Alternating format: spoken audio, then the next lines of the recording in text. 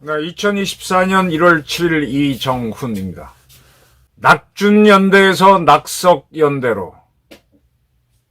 낙준연대가 무엇인지 아십니까? 낙석연대는 무엇일까요? 요즘 만들어지는 새로운 시사 용어입니다. 정치 시사 용어. 이낙연의 낙자, 이준석의 준자, 이름의 가운데 자를 따서 낙준연대라고. 이낙연과 이준석이 연대해서 이번 총선을 앞두고 각각 신당을 만드는데 그 신당을 통합한다 또는 같이 운영한다 그러면은 낙준연대라고 할 수 있겠죠. 근데 이 낙준연대를 요즘 갑자기 낙석연대로 바꿔 부르는 기류가 생겼습니다. 이낙연의 낙자에다가 가운데 자죠. 이준석의 석자, 끝에 자리죠. 따라서 낙석연대로 바꿔 부릅니다. 낙석연대? 떨어지는 돌이니까 이거는 연대해도 실패한다는 뜻으로 들릴 수 있죠. 발음을 조금 잘못하면 낙선연대가 됩니다. 낙선. 4월 10일 선거에서 떨어지는 사람들이 연대하는 건가? 아니겠죠. 양당에서 공천하지 않은 공천에서 탈락한 사람들이 모여드는 연대. 그럼 낙천연대겠지. 어쨌든 낙선연대든 낙천연대든 낙석연대는 그렇게 뉘앙스가 좋지 않습니다. 네. 왜 이런 기류가 생길까요? 또 하나 보셔야 될 거. 신당 창당하는 문제에 있어서 이낙연 씨가 이준석을 앞서지 못합니다. 왜 이럴까요? 저는 신중하다가 기회를 놓치는 이낙연, 그렇게 봅니다. 이낙연 씨는 이 광주 프레임에 너무 잡혀 있어갖고 용서를 구하고 있는데 그가 지금 해야 될 거는 용서를 구하는 게 아니라 용기를 내는 것이다. 저는 이렇게 봅니다. 1월 7일 이 방송을 하는 오늘입니다. 이낙연 전 대표가 5.18 묘지를 참배했습니다. 기자들이 탈당할 거냐, 신당 만들 거냐라고 물으니까 거취에 대해서 분명히 하는 것은 옳다. 그리고 누구라고 할 것 없이 나라를 망가뜨리고 있는 양당 독점의 정치 구도를 깨고 국민들께 새로운 희망의 선택지를 드리는 일에 뜻을 같이 하는 사람이라면 누구든지 협력해야 한다. 라며 하면서 이번 주 후반 중 인사를 드리고 용서를 구해야 하지 않겠나라 그랬습니다. 용서를 구해야 되지 않겠나. 왜 용서란 단어를 쓸까요? 용서를 구해야 되지 않겠나라는 거는 민주당 탈당으로 지금 이해가 되고 있습니다. 그걸 왜 용서를 구해야 된다라고 그러죠? 민주당을 구하는 방법이 민주당 나가서 민주당을 구할 수도 있죠. 지금 이재명과 386이 장악한 민주당은 우리 전통 인천 김석수 선생이 만든 한민당과는 전혀 다른 좌파 정당이 되어 있습니다. 이걸 바로잡기 위해서 정치활동을 하는 건데 왜 용서를 구한다 이런 표현을 할까? 이게 이낙연 씨 특유의 멘탈입니다. 그래서 저는 이낙연 씨는 이준석보다 항상 한 발자국 처진다. 이게 이낙연 씨의 참 약점으로 보인다. 이런 얘기를 하고 싶은 겁니다. 지금 이렇게 얘기하는 상태에서 기자들이 낙석연대를 할 수 있냐라고 하니까 아씨 그 말 기분 나쁘다 이런 반응을 보였죠. 낙석, 떨어지는 돌, 실패로 보이는 거죠. 그 조어가 의도가 있는 것 같아 받아들이기 싫다. 지금은 그런 연대를 먼저 꺼낼 단계는 아니다라고 그랬습니다. 그러나 이낙연 씨는 지난 1월 2일 CBS 라디오에 출연해서는 이준석과 낙준연대를 하는 것에 대해서는 누구와도 협력해야 된다는 원칙을 갖고 있다. 이렇게 밝혔습니다. 또 이준석 씨도 신년 할애를 갖고 이낙연 측과의 연대에 대해서 상당히 상호 보완적 결합을 할 수 있는 대상이다라고 하면서 호응을 했죠. 그러니까 이낙연 씨는 양당 정치를 끝내기 위해서 우리가 필요하다라 그랬는데 이낙연은 상당히 상호 보완적 결합을 할 수 있다라고 하면서 서로 합칠 수 있다는 뉘앙스를 풍겼습니다. 지금 이낙연 씨는 그전에는 1월 1일에는 우리는 큰 싸움을 벌여야 한다. 그 싸움은 새로운 선택의 여지를 봉쇄해서 기득권을 유지하려는 세력과의 한판 승부가 될 것이다. 기득권 세력을 여야로 보게 되면 탈당은 무조건 하는 거죠. 자, 이렇게 얘기를 했던 이낙연 씨가 바로 그 다음날 이재명 대표가 피습을 당했죠. 그러니까 용서를 구하겠다는 식으로 약간 뒤로 물러서는 모습을 보였습니다. 원래는 1월 4일 날 창당한다 그랬는데 1월 4일이 지나가 버렸고 이제 한 주 늦춰서 창당을 할 걸로 보이는데 굉장히 조심스러운 모습을 보이고 있어요. 그리고 저는 이런 것이 이낙연 씨의 특유의 멘탈인데, 이낙연 씨는 굉장히 엘리트죠. 윤석열 대통령과 견줬을 때 전혀 밀리지 않는, 물론 이준석도 엘리트입니다. 굉장히 영특하신 분인데 똑똑함에 있어서는 뭐 가히 천하제일이라고 할 정도지만 이 용기의 문제에 있어서, 치고 나가는 문제에 있어서 저는 이낙연 씨를 볼 때마다, 이낙연 씨가 동아일보 기자를 할 때 굉장히 유명한 특종을 한 게 있는가라는 생각을 합니다. 제가 이걸 왜 하는가 하면요, 특종을 하려면은 상당히 용기가 있어야 돼요.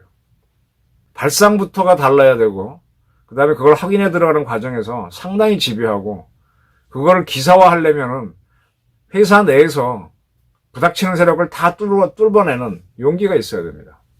그게 부족하다면은 특종을 못해요. 그냥 분석이나 할 수 있는 사람이지. 물론 이제 이렇게 똑똑하신 분들이 위에서 내려오는 오더에 맞춰갖고 아이디어를 내는 걸 할 수 있겠죠. 그렇게 클 수는 있지만은 신당 창당 같은 거는 이건 용기를 필요로 하는 겁니다. 이낙연 씨는요, 대장동 게이트를 자기네 측에서 먼저 제시를 했잖아요. 이 박종명 기자를 통해서 화천대유는 누구 겁니까? 이재명 시장. 이렇게 하면서 또 그렇게 했다고 밝혔습니다. 그랬다면은 지난 대선 때 사실은 가장 좋은 게 민주당에서 6.29 선언 같은 걸 해서 이재명을 대선 후보에서 제외시키고 이낙연을 한다라고 하는, 그렇게 후보 교체를 했으면 제일 좋았겠지만 그게 되지 않는 상태라면은 격렬하게 싸웠으면은 오히려 자기 이미지가 확 드러났을 텐데, 그냥 경선에서 지니까 조용히 수긍하고 또 대선에서 이재명이 지니까 미국으로 가는 모습, 순응하는 모습을 보였습니다. 그리고 이제 이재명 씨가 지금 뭐 여러 가지 게이트가 자꾸 문제가 되고 그를 대체할, 그가 당을 이끌면 안 된다 해서 비명기가 커지니까 들어와서 뭔가 역할을 하려다가 지금 이재명 씨가 피습을 당하니까 또 주춤하는 모습이에요. 이게 뭔가 하면 계속 용기 부족입니다. 용기. 용서를 뭘 구해. 용서를 구하고 하는 사람들은 용기를 내는 사람이 아니에요. 근데 지금 민주당에서는 이재명을 대체할 만한 사람은 이낙연인 것 같은데, 그가 결정적으로 가져야 되는 것이 용기입니다. 지금 386이 장악한 민주당은 혁명을 당해야 하는 정당입니다. 완전히 뒤집어 엎어야 돼요. 근데 그걸 할 수 있다고 보는 사람들이 용기를 못 내면 못 하는 거죠. 그거는 특종을 할 수 있는 그런 배심이 있는 기자들이 해내는 건데, 이낙연 씨는 그런 특징을 보이는 기자는 아니었어요. 영특한 기자였을 뿐이지. 그래서 이렇게 주저주저 하고 있습니다. 그리고 신당 만드는 것도, 이준석이라는 사람도 윤석열 대통령과 충돌을 해왔지만은 어떻게 이준석이 먼저 치고 나가고 그 다음에 이낙연 씨가, 물론 당은 다르지만 탈당을 생각하느냐, 이런 거 보게 되면 이준석은 이미 탈당을 했죠. 이준석만큼도, 젊은 사람만큼도 못 따라가는구나 싶습니다. 이준석의 약점은 무엇인가 하면요, 이번에 대구에 갔을 때 한 여자분이 보수가 합심해야 되는데요 라고 하니까 합심해야 됩니다. 근데 합심이 안 되는 거는 윤석열 대통령 때문입니다 라고 답변하는 게 나온 게 있죠. 이게 뭔가 하면은 이준석 씨의 분석이 맞을 수도 있어요. 그런데 그렇게 의견을 던진 분은 이준석, 너 정확한 의견을 듣고자 하는 게 아니라 좀 당신이 좀 양보할 수 없니 하는 그런 거지 않습니까? 근데 그걸 돌아서서 자기 의견을 확실하게 얘기하는 거, 이건 용기는 있습니다. 근데 뭐가 없느냐? 덕이 없는 거죠. 재주가 뛰어나지만 덕이 부족한 재승박덕이고, 이낙연 씨의 문제는 용기가 없는 겁니다. 그래서 이제 이 낙과 석, 준석이 낙석연대를, 그러니까 이것도 기자들이 현장에서 느끼는 건데, 처음에 낙준연대 둘이 이렇게 해서 제3당을 만들어서 2016년 선거 때인가요? 국민의당인가 맞나?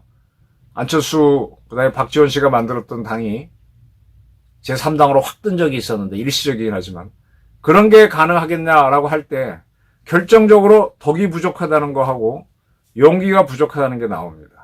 그런데 이런 단체를 한다면은 그래도 연륜과 경륜이 많은 이낙연 씨가 주도하는 모양이 되어야 되는데 계속 이준석이 앞서가고 지금 이낙연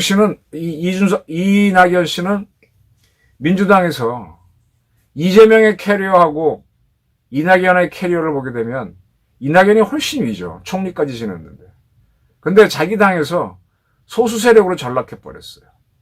그러니까 주도권 싸움을 하지 못한다는 거는 조직 장악력이 약하다는 거고 그 원인은 용기 부족이죠. 근데 각각 신당을 창당하는 데 있어서도 덕이 부족해 보이는 이준석보다가도 늦습니다. 지금 말로는 이낙연 씨의 낙자를 먼저 넣어서 낙선이든 낙준이든 하지만 실질적으로 보게 되면 준연 연대, 준석 연대 뭐 이렇게 불러야 되죠.